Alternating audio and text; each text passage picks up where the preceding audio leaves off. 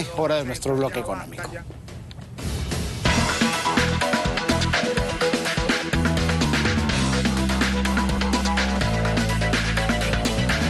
A ver, los feriados largos, nos preguntamos, esos llamados puentes que se han estado dando en estas últimas fechas. Para el 1 de mayo hubo un feriado largo, sobre todo para el sector público. ¿Están funcionando respecto a recapturar a los turistas que durante la pandemia pues sencillamente decidieron no viajar?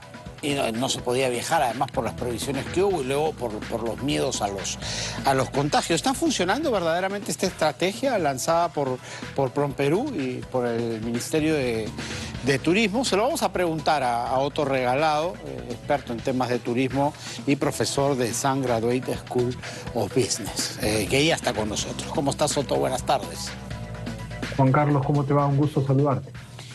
¿Se ve, Otto, de acuerdo a las cifras, que en estos fines de semana donde se le aumenta un día libre para que la gente pueda tener más tiempo de viaje, hay efectivamente un incremento en los viajes internos, en el turismo interno? Juan Carlos, mira, la fecha en que se da el feriado es importante, o sea, no solo contar con el día adicional, sino contar con otros factores como, por ejemplo, podrían ser los recursos que tenga, la disponibilidad de efectivo que tengan las familias, ¿no? Estoy hablando específicamente de algunos feriados o puentes que coinciden con alguna gratificación, alguna bonificación. Entonces, ese es un incentivo para viajar, ¿no? Y correcto. Claro, cuando sales de vacaciones de verano, vacaciones de medio año, también es un incentivo. Pero si se dan dentro de esos periodos, evidentemente es parte del flujo de turistas, como estamos acostumbrados a viajar en ciertas épocas del año, ¿verdad? ¿Y cuánto se promociona, por ejemplo, ya que hablamos de recursos, esos viajes cortos, de tramos pequeños, dentro de la misma ciudad o saliendo hacia las afueras nomás de la ciudad? Lima tiene muchos lugares hermosos con viajes que no duran más de una hora, igual hay en todas las ciudades del país. Somos un país muy, muy diverso en cuanto a oferta, porque a veces uno piensa en un viaje como algo largo, de muchas horas, de varios días, pero no de estos paseos o un ida y vuelta de un día para otro que podrían ser menos costosos, ¿no? Más amables con el bolsillo, sobre todo cuando somos familias y familias numerosas. Claro, aquí hay dos temas, ¿no? Una son las campañas de comunicación, es decir, en efecto, lo que tú hacías referencia, vamos a comunicar, por ejemplo, que tenemos nuevos productos, que hay nuevos atractivos, que hay alguna festividad que celebrar, ¿no? Siempre atrae un flujo determinado. Hay festivales, ¿no? Por ejemplo, podría yo estar hablando de la vendimia, podría estar hablando de un festival del caballo peruano de paso, ¿no? Que son fechas específicas en las cuales moviliza a un flujo de turistas internos, vamos a decir, en una fecha o en algunos días determinados, ¿no? Esa es la comunicación. Y otra cosa es la promoción que se puede hacer, es decir, yo voy a hacer una oferta, ¿no? Donde voy a hacer un paquete y voy a tratar de incentivar el consumo a través de, voy a decir, mejores precios, ¿no? Precios más atractivos y todo ello. Entonces, en este segundo punto hay que tener mucho cuidado, porque las promociones generalmente funcionan en temporada baja, ¿verdad? Claro. Para atraer un flujo. Más bien en temporada alta se suelen subir los precios, ¿no? En efecto, entonces ahí tendríamos que tener mucho cuidado, porque en el momento donde hay un flujo importante, si yo le bajo el precio, lo que voy a tener son menos ingresos, ¿no? La idea es al revés, ¿verdad?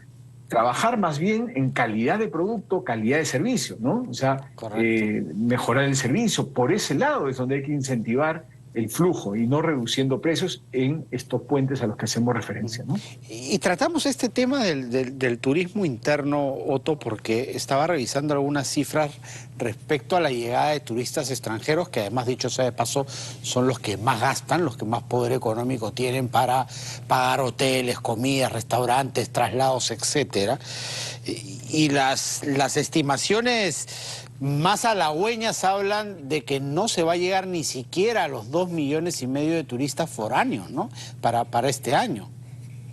Sí, pues hay factores externos que bien conocemos, ¿no? Que no los podemos controlar. Bueno, estábamos hablando de la crisis política, estábamos hablando de Yaku y las inundaciones que hubieron. ¿no? Ahora tenemos otros problemas, por ejemplo, como la crisis migratoria en el sur del país, ¿no? Tacna también es digamos, un lugar de acceso, un punto de acceso al país. Entonces, si esos ingresos están bloqueados o hay serios problemas de seguridad, ¿no es cierto? Entonces eso de alguna manera evita. Ahora tenemos otro problema que tampoco lo estamos percibiendo, pero que va a influir, es el dengue, ¿no? La preocupación, por ejemplo, por el dengue, ya en algunas ciudades más cercanas, en el mismo Lima, en la periferia y todo ello, incluso en algunos distritos de Lima, ¿no? Eso asusta un poco a los turistas. Y otro tema es el acceso al Aeropuerto Internacional Jorge Chávez, ¿no? Porque con los desvíos y todo ello, entonces hay que tener mucho cuidado con esos aspectos que a veces no los tenemos contemplados, ¿no? Pero que impactan evidentemente en el flujo. Pero como bien dices, no nos vamos a recuperar este año tampoco, mantenemos las mismas cifras del año pasado, ¿no? Y seguir apostando pues al turismo interno con las excursiones a las que hacía referencia, ¿no? Para recordarle a nuestros televidentes, previo a la pandemia, 2019 hacia atrás, el pico más alto de turistas extranjeros llegados al país en un año, ¿a cuánto llegó? Los últimos 2 años pre-pandemia estábamos bordeando los 4,5 millones de turistas receptivos. O sea, tenemos aproximadamente 2 millones y medio de turistas menos.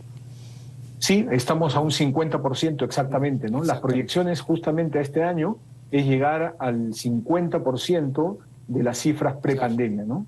Claro, eso es terrible para todos los sectores que están involucrados en el turismo, ¿no? Es un gran golpe, que se puede además agravar si es que volvemos a estas amenazas de protestas que ya en algunos sectores, sobre todo en el sur del país, se han estado activando, amenazando con un nuevo bloqueo de Lima, una nueva toma de Lima, justo en julio, que es nuestro mes patrio, que es temporada altísima para nosotros.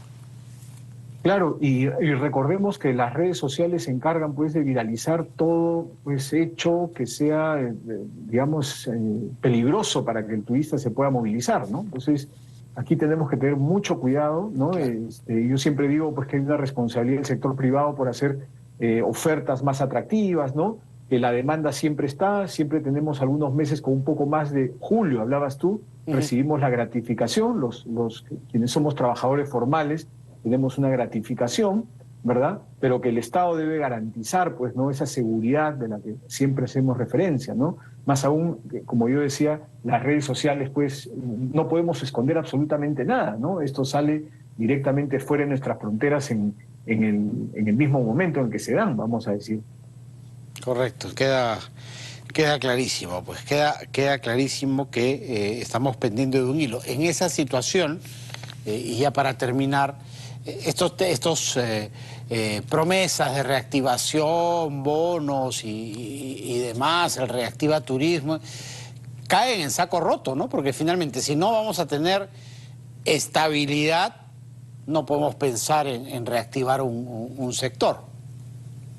Claro, estamos hablando que las empresas del sector turismo estaban esperanzados en recuperar un flujo, ¿no es cierto?, post pandemia, no solamente para poder cubrir sus gastos operativos, ¿no es cierto?, sino para pagar las deudas que asumieron durante los últimos 3, 4 años, ¿no es cierto? Entonces, eso sí agrava la situación del sector porque no tenemos, por lo menos este año, ¿no?, un futuro certero de que vamos a poder cubrir con, digamos, las obligaciones que asumimos años anteriores, ¿no? Entonces, a seguir trabajando, yo creo que hay que aprovechar todos estos incentivos, todos estos momentos, para que haya un mayor flujo de turistas y se dinamice la economía en las regiones que tanto lo necesitan. Por supuesto, porque esto no es solo un problema que atañe a Lima, sino más bien a las provincias con gran peso. Muchísimas gracias, Soto, como siempre, por estar con nosotros. Encantado, Juan Carlos. Un abrazo, saludos. Nos vemos. Soto Regalado, profesor de SANA, ha estado con nosotros. Cerramos así nuestro bloque económico.